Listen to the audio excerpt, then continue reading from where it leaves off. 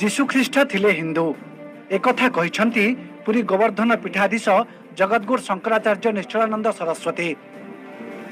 शंकराचार्य कहिसंती जीशुख्रीष्ट हिंदू थिले आ भारत में 10 वर्ष अज्ञातवास रही।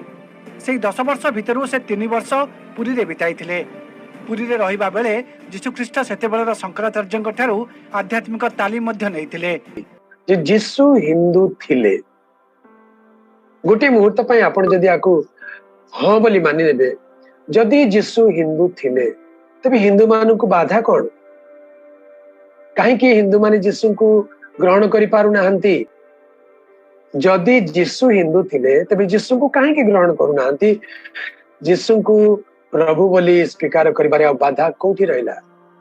जीशुकर 12 वर्ष बयस पर्यंत केतोटी घटना विषय संक्षेप दिया जाए। आ 12 वर्ष रु 30 वर्ष भितर अज्ञातवास जहाँकि जीशु विषय विशेष किसी शास्त्र आम देखा पाई न था।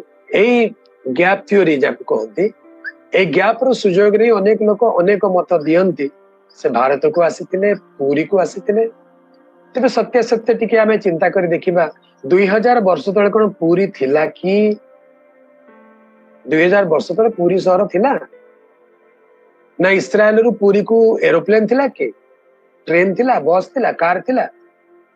केमिति आसीथिबे? चली चली आसीथिबे, ऑटो माध्यम रे आसीथिबे, घोड़ा रथ रे केमिति रे आसीथिबे? केते दिन लागिथिबो, केते समय लागिथिबो आसीबा पई? अच्छा, जदि आसिले से तो आरामिक भाषा कहउथिबो, हिब्रू भाषा कहउथिले, ग्रीक भाषा कहउथिले। तेबे भारत को आसिले को भाषा कहउथिले? तमने भारतीय माने आरामिक थिले कि? पुरी रो लोक माने आरामिक कहउथिले ना ग्रीक कहउथिले ना हिब्रू कहउथिले? सेतेबेले पुरी रे को भाषा थिला से कथा भी तो टिके चिंता करिबा दरकार। शंकराचार्य महाशय के धन्यवाद। से जे देई कथा कहउचंती जीशु पुरी को आसीथिले, जीशु हिंदू थिले। आगे हिंदू शब्द आसिला केबे?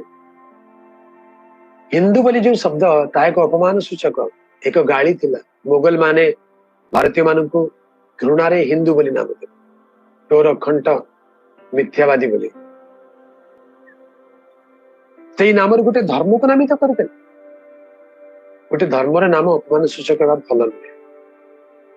शंकराचार्य महाशय निज को केबे भी हिंदू